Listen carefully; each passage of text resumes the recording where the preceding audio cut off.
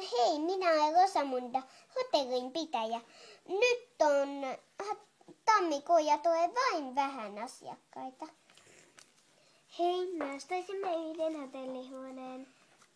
Joo, se on tuossa. Mutta paljonko se hinta oli? Sehän oli 200 euroa.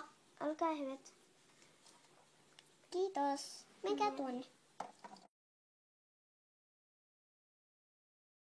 Nyt on hiihtooma. Minä tiedän, että tulee paljon asiakkaita.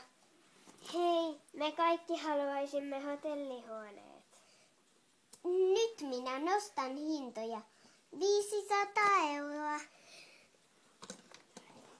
Voi, tämä on meille aivan liian kallis. Etsimme muualta halvempaa. Hei. Heippa!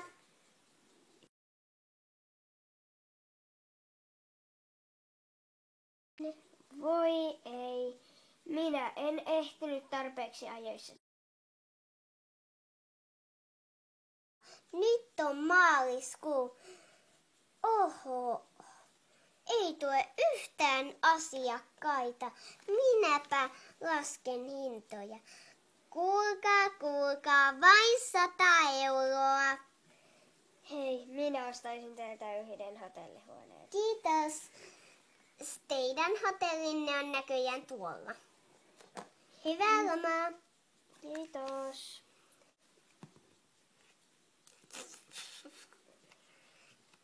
Mekin ostaisimme yhden hotellihuoneen. Tuossa on 100. Kiitos. Muuten hiihtolomalla oli meille aivan liian kalliit hinnat, joten päätimme tulla nyt. Nyt on paljon halvempaa. Okei, tuolla on teidän hotellinne. Hyvää lomaa. Hyvää lomaa teillekin. Kertokaas, mitä käy silloin, jos kysyntää on tosi paljon ja tarjontaa on vain 4 huonetta? Hinnat nousee. Just näin. No mitäs käy sitten silloin, kun on tarjontaa 4 hotellihuonetta eikä yksikään kysyntää on ihan liian vähän, kukaan ei tule? Silloin hinnat laskee.